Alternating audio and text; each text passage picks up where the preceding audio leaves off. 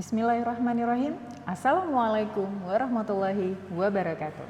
Perkenalkan, nama saya Ana Kumalasari SAP MAP dari Program Studi Administrasi Publik Universitas Bojonegoro.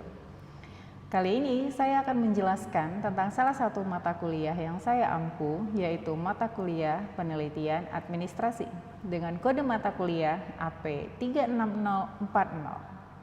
Mata kuliah penelitian administrasi ditujukan untuk mahasiswa administrasi publik semester 6.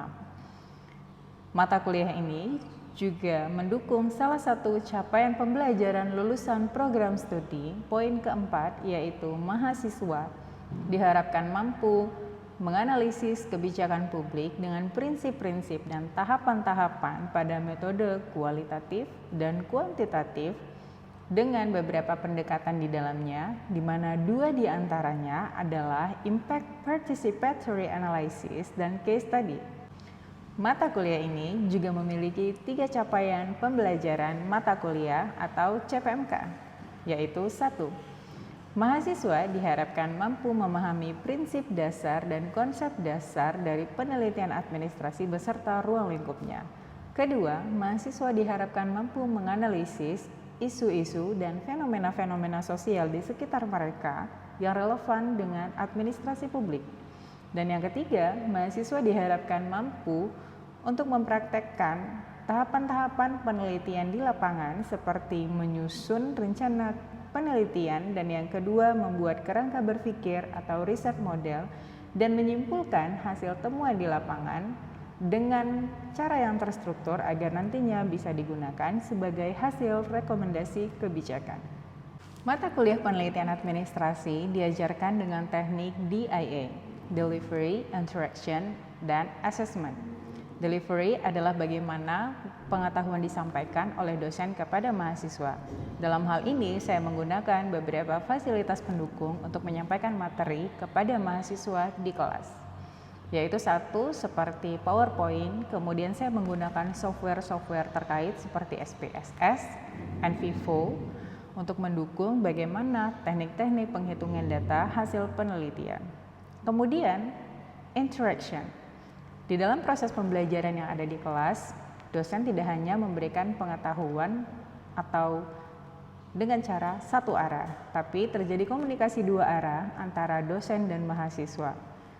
Kemudian, assessment. Assessment dilakukan dengan cara kuis lisan sederhana, tebak-tebakan yang diberikan melalui pertanyaan sederhana dan singkat untuk mengukur penambahan pengetahuan mahasiswa terkait mata kuliah penelitian administrasi yang bisa dilakukan di pertengahan sesi ataupun di akhir sesi secara acak kepada mahasiswa yang ditunjuk. Baik, berikut adalah video pembelajaran mata kuliah penelitian administrasi dengan pertemuan keempat, yaitu membahas tentang bagaimana mengidentifikasi isu, masalah penelitian, serta variabel dalam ruang lingkup penelitian administrasi publik. Mari kita saksikan. Oke, bismillahirrahmanirrahim. Assalamualaikum warahmatullahi wabarakatuh. Hari ini kita akan review materi tentang masalah dan variabel dalam penelitian administrasi publik. Nah, sebelum masuk nih, saya mau tanya dulu. Menurut kalian, kira-kira apa aja topik atau hal-hal yang mungkin berasal dari sekitar kita dan bisa digunakan atau diidentifikasi sebagai masalah yang nantinya bakal kita teliti, tapi yang dia relevan dengan administrasi publik? Tebak. Kebijakan, oke, bisa. Kasih contoh spesifik, kebijakan seperti apa yang kamu maksud? Gayatri, program, oke, bisa. Nah, kalau misalnya kayak satu program, artinya program ini bisa menjadi satu objek penelitian yang kita bisa aja meneliti mulai dari efektivitasnya, kemudian efisiensi, bisa juga implementasi. Tahu implementasi kan? Masih ingat kan kalau implementasi itu adalah pelaksanaan versi ilmiahnya. Jadi bagaimana kita melihat pelaksanaan sebuah program atau kebijakan. Selain kebijakan, apalagi kira-kira?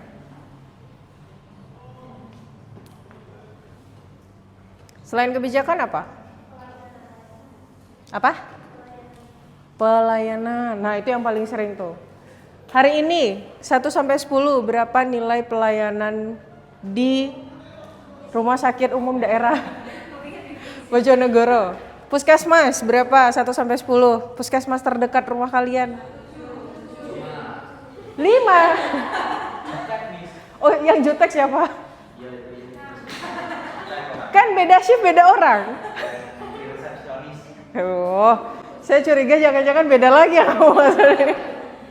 Oke, berarti kan kita paham ya penggunaan skala dalam menilai sebuah kualitas pelayanan. Artinya apa? Kita bisa memperkirakan tapi belum tentu artinya valid. Memperkirakan itu artinya baru dugaan. Nah, untuk melihat bagaimana apakah masalah ini sebenarnya bisa nggak sih diteliti dengan ruang lingkup administrasi publik. Ini tahapan atau kompartemen atau item atau bagian-bagian yang bisa kita identifikasi dan kita bisa lihat apakah kasus atau masalah tersebut bisa kita kategorikan sebagai masalah dalam penelitian administrasi. 1. Kompleksitas masalah. Masalah seperti kemiskinan, korupsi, dan yang kompleks dan saling terkait. Bisa tidak administrasi meneliti kemiskinan? Korupsi? Masa sih? Saya aja susah dapat datanya. Bisa, tapi kalau dari sudut pandang keilmuan sebenarnya bisa. Karena itu menjadi bagian dari topik administrasi publik. Kesenjangan teori dan praktek, nah ini pasti masuk dalam bagian riset gap.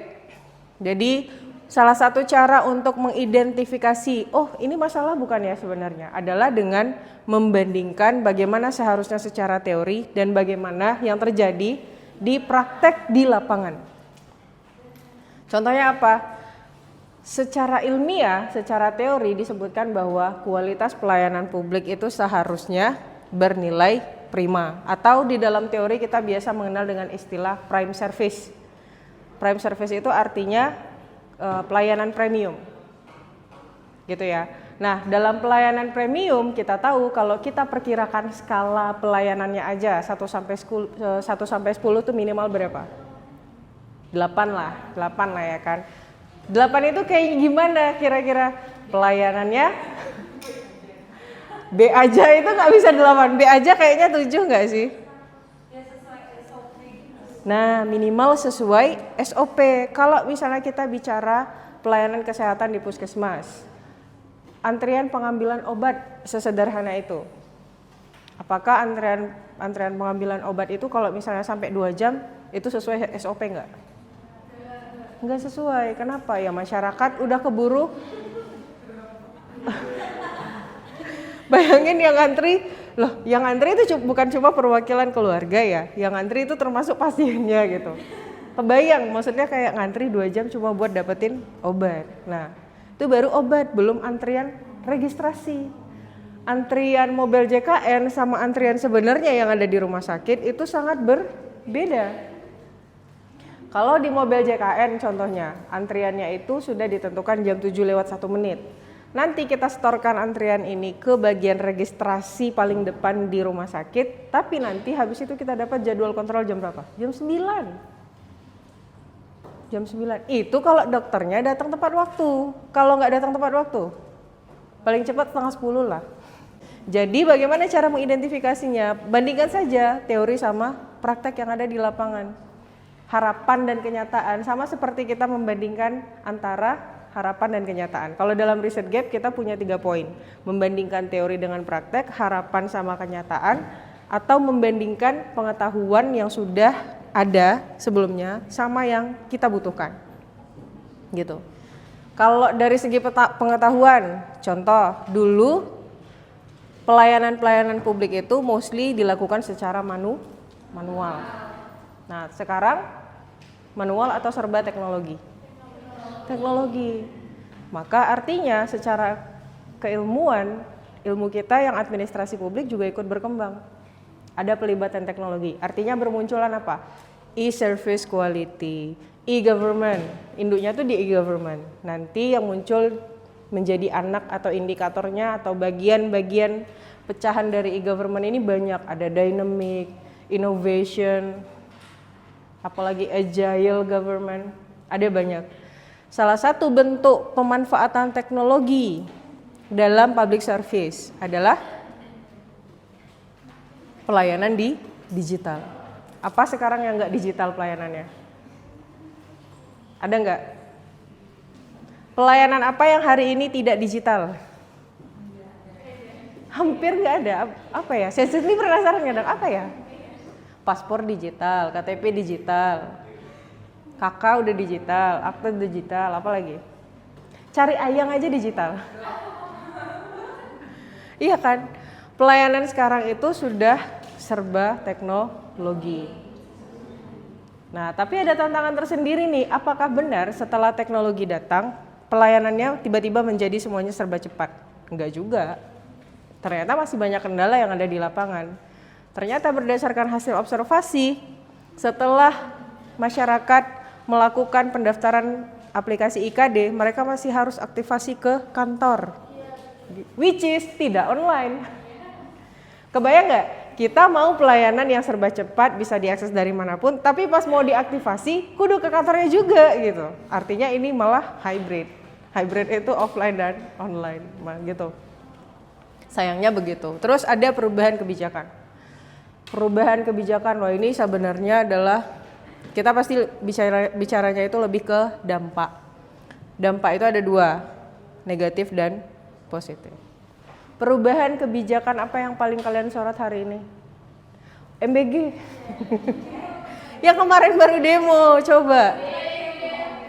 Kalau kalian jadi presiden, kalau kalian jadi presiden, kalian akan lanjutin atau hentikan? Wes.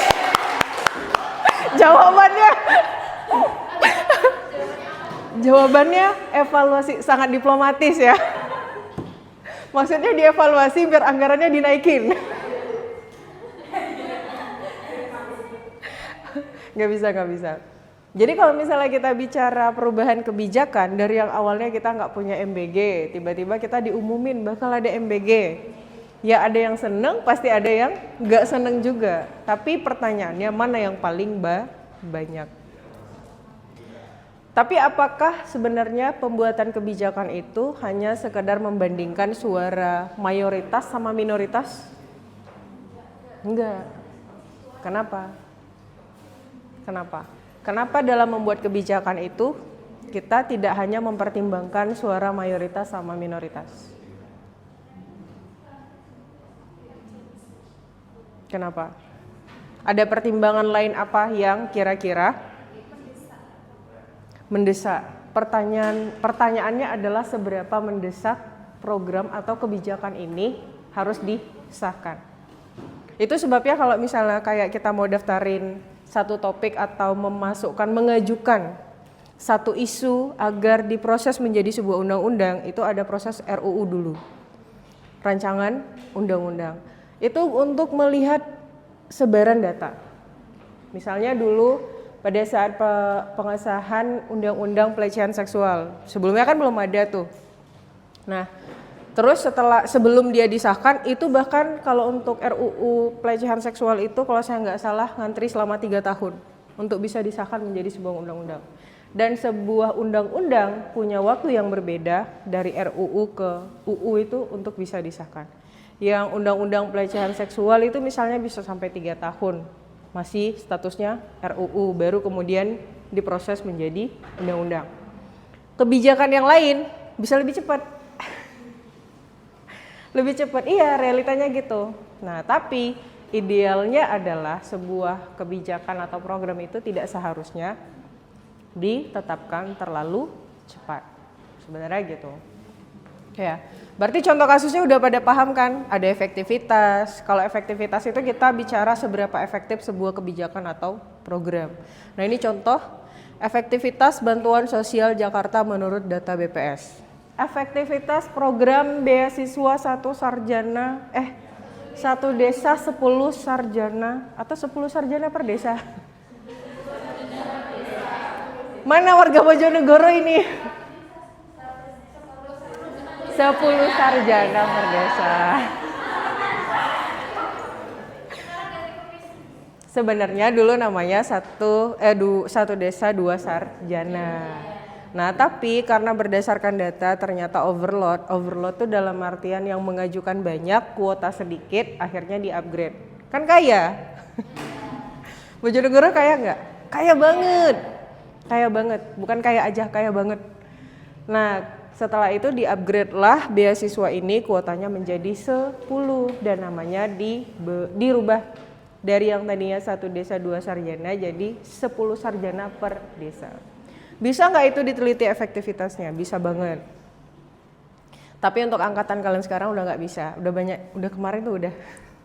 Kemarin udah ada efektivitas, evaluasi, implementasi, ada apanya lagi kemarin? Dampak. Jadi bagaimana dampak beasiswa ini, program beasiswa ini terhadap indeks pembangunan manusia di Bojonegoro. Sebenarnya dia punya dampak nggak? Karena kan dia udah jalan lumayan nih beberapa tahun. Ada peningkatan tidak? Kalau dilihat dari segi kualitas sumber daya manusia Bojonegoro. Nah itu, salah satu cara menilai atau mengidentifikasi dia berdampak atau enggak itu dari nilai IPM, indeks pembangunan manusia. Seberapa terbangun manusia di Bojonegoro dengan adanya program beasiswa ini, maksudnya gitu. Sampai di sini ada mau tanya dulu? Udah paham lah ya, basic lah ya. Udah paham lah. Yang ini adalah jenis masalah penelitian. Secara teori jenis-jenisnya itu sebenarnya ada banyak, tapi kita rangkum aja jadi 3 yang paling umum, deskriptif, eksplanatory, sama evaluatif. Kalau deskriptif ini menggambarkan fenomena administrasi secara jelas dan rinci. Kalau kalian ingat, ini adalah salah satu jenis penelitian kualitatif, kuantitatif juga ada. Di kuanti namanya apa? Salah satu jenis penelitian kuanti. Namanya apa? Survei deskriptif. Yang dimana jenis penelitian ini mendeskripsikan data secara rinci, detail, rinci, rigid, terstruktur. Gitu. Kalau di kualitatif namanya apa? Deskriptif kualitatif. Aduh, ingatannya jompo. Deskriptif kualitatif artinya jenis penelitian kualitatif yang dia mendeskripsikan data tapi dengan metode kualitatif, tapi mendeskripsikan fenomena, maksudnya gitu. Terus explanatory, menjelaskan hubungan sebab akibat dalam konteks administrasi. Hubungan sebab akibat. Ini kalau di kuanti masuknya kemana?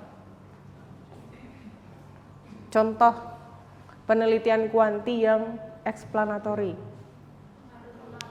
Itu loh di ujungnya udah ada.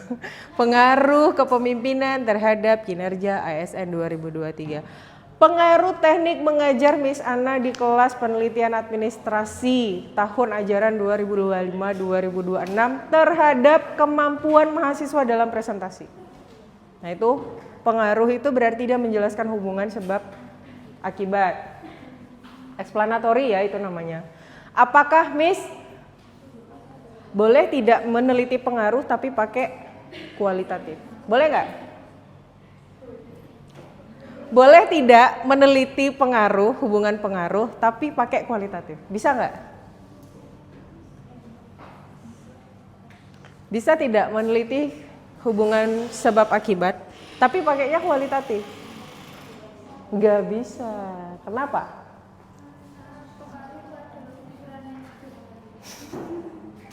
Karena pengaruh saling mempengaruhi. Ya, karena yang diukur itu adalah data yang mana? Yang itu, Miss. Bukan. Jadi kenapa pengaruh, kalau kita meneliti pengaruh itu nggak bisa diteliti pakai kuali? Karena ada uji hubungan kausalitas. Masa kalian lupa? Baru semester 6, belum semester 7. Yang ketiga, evaluatif. Menilai efektivitas program atau kebijakan yang sudah diterapkan. Nah ini salah satu contohnya tadi kayak contoh efektivitas program Gayatri. Dampak program Gayatri, implementasi program Gayatri. Satu program kalian bisa teliti dengan 3 variabel, bahkan lebih. Dampak sosial program Gayatri dalam pembangunan mentalitas mandiri pangan masyarakat Bojonegoro. Karena kan program Gayatri itu salah satu tujuan diciptakannya program Gayatri kan adalah untuk kemandirian pangan. Masyarakat diminta untuk mampu di rumahnya beternak ayam, menghasilkan telur yang nanti bisa dijual, memberdayakan perekonomian. Kalau nggak bisa dijual minimal buat makan sendiri gitu. Tapi ada nggak kasus di lapangan yang pas dia udah dikasih ayam nggak ngerti cara maintenance, tiba-tiba dia beleh, dia masak? Ada nggak? Ada, tapi mungkin sedikit. Dari total 100 penerima manfaat paling 2-3 lah ya. Pernah nggak dulu itu kejadian? Pernah, di program Domba Sejahtera tuh paling banyak. Yang sejahtera dombanya. Yang sejahtera kan dombanya. Gak deng. Jadi dulu pada saat program Domba Sejahtera, ingat nggak? Ingat nggak? Ada yang tahu nggak? Ada yang pernah ngeliat nggak program Domba Sejahtera? Jadi ada yang pernah tahu. Program Domba Sejahtera itu sebenarnya dibuat untuk memberdayakan masyarakat karena kan Bojonegoro itu salah satu daerah dengan komoditi pertanian tertinggi di Jawa Timur. Sehingga beternak domba itu dianggap cocok untuk sustainability-nya, keberlanjutan dari komoditinya sendiri. Jadi pairing itu mengkombinasikan antara beternak sama berkebun, jatuhnya gitu. Nah ternyata setelah dijalankan 1-2 tahun, dievaluasi ke lapangan, banyak yang nggak ngerti cara maintenance dombanya. Ada yang sakit, ada yang mati dombanya, ada yang beneran nggak ngerti sama sekali, dia sembelih, dia masak, habis itu memang karena kan tujuan pemerintah bukan itu. Tujuan pemerintah itu kan masyarakat beternak domba, dikasihkan jantan dan betina. Setelah itu mereka beranak dan dombanya semakin banyak. Maka punya peternakan mini atau mini farm. Nah, peternakan mini ini diharapkan bisa memberdayakan masyarakat. Tapi ternyata di lapangan tidak semulus itu. Artinya ada kesiapan masyarakat yang seharusnya masyarakat itu disiapkan sebelum program ini diluncurkan. Nah, maksudnya gitu. Nah, ini menarik sebenarnya. Tapi ya gitulah, namanya masyarakat itu ya. Jadi evaluatif menilai efektivitas program atau kebijakan. Tapi memang kalau jenis evaluatif ini biasanya akan melihat seberapa efektif sebuah program atau kebijakan. Sebutkan kebijakan apa aja yang bisa dinilai atau dievaluasi efektivitasnya. Kalau di tingkat daerah ada perda, perbub, program. Tingkat nasional, undang-undang, perpres, permen, banyak ya sebenarnya. Kalau di desa pasti sudah ada perdes, program juga gitu. Tinggal melihat seberapa kreatif aja itu desanya. Nah, ini sumber masalah penelitian seperti yang saya pernah sampaikan, mulai dari observasi lapangan yaitu pengamatan, literatur. Ini akan menguji seberapa banyak referensi yang kalian pernah baca. Semakin banyak, semakin bagus, semakin pusing. Pusing iya, tapi pengetahuannya jadi nambah. Referensinya dari mana aja? Jurnal, buku, laporan penelitian terdahulu. Laporan pengabdian sebenarnya juga bisa. Kebijakan pemerintah, evaluasi dampak kebijakan yang sedang atau telah berjalan. Terus ada studi kasus. Implementasi e-government di Surabaya sebagai contoh aplikasi nyata. Studi kasus itu berarti gimana? Studi kasus itu maksudnya gimana? Studi kasus itu adalah salah satu pendekatan dalam penelitian kuanti. Salah satu pendekatan yang ada dalam penelitian kuanti atau kuali. Quali Dengko Quanti, salah satu pendekatan yang ada dalam penelitian Quali. Quali itu punya 5 pendekatan, case study, etnografi, teori grounded teori, fenomenologi, sama narrative study. Nah, case study atau studi kasus itu adalah salah satu pendekatan yang objek penelitiannya itu spesifik di satu tempat dan dia merupakan sebuah kasus. Makanya kalau dalam pembuatan artikel atau riset, full riset kita, kayak skripsi misalnya, kalau pendekatan kita itu adalah studi kasus, kita wajib menjelaskan kronologi kasusnya. Di artikel juga gitu, kalau nanti kalian submit ke jurnal-jurnal di luar, kalian akan diminta untuk menjelaskan kronologi kasus yang terjadi dengan kalau yang kalian pakai adalah pendekatan studi kasus. Tapi memang rata-rata penelitian sosial itu pakainya pendekatan studi kasus. Kebanyakan. Terus kalau misalnya grounded teori itu gimana, Miss? Grounded teori itu menggabungkan beberapa teori yang pada saat kita mencari teori induk dari variabel yang mau kita teliti ternyata belum ada. Jadi kita mengkombinasikan beberapa teori untuk membangun sebuah teori yang utuh dan bisa mensupport variabel penelitian kita. Tapi itu jarang banget, tapi ada. Itu ya. Sampai di sini ada yang mau ditanya dulu? Sumber masalah yang pasti yang jadi sumber masalah penelitian bukan kalian lah ya. Variabel penelitian dan variabel penelitian, definisi dan jenis. Nah, Ini yang dijelaskan adalah sudut pandang kuanti. Jadi yang muncul di sini variabelnya independen sama dependen. Sama yang satu ini jenisnya variabel kontrol. Kalau dalam kuantitatif kita pernah membahas bahwa akan ada penelitian yang dia hanya membawa satu variabel. Biasanya rata-rata jenisnya survei deskriptif. Apa contohnya? Analisis kualitas. Nah itu. Analisis kualitas pelayanan di Rumah Sakit Umum Daerah Bojonegoro. Nah, berarti dia hanya membawa satu variabel. Apa variabelnya? Kualitas pelayanan. Good. Terus kalau misalnya dependen atau membawa dua variabel tapi sama-sama independen. Contohnya,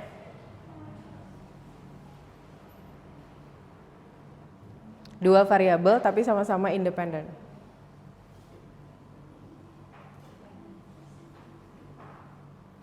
Analisis gaya kepemimpinan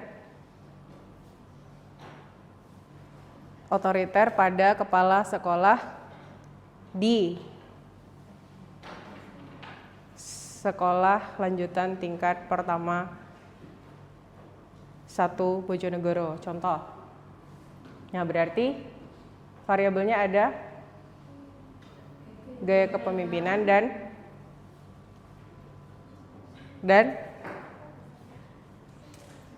cuma satu. Itu masih survei deskriptif. Dan variabelnya masih satu, hanya independen. Ada yang mau ditanya nggak? Nggak ada mesti. Nggak ada? Cukup? Oke, kalau gitu. Terima kasih untuk hari ini. Jangan lupa kalian harus mengumpulkan tugas artikel ilmiah. Tugas artikel ilmiah seharusnya kan sudah sampai kesimpulan ya, tapi kan belum dikumpulkan. Saya kasih deadline sampai besok pagi jam 10. Nanti habis ini saya keluarkan linknya, saya kirim ke Lily. Formatnya Word ya. Ada lagi?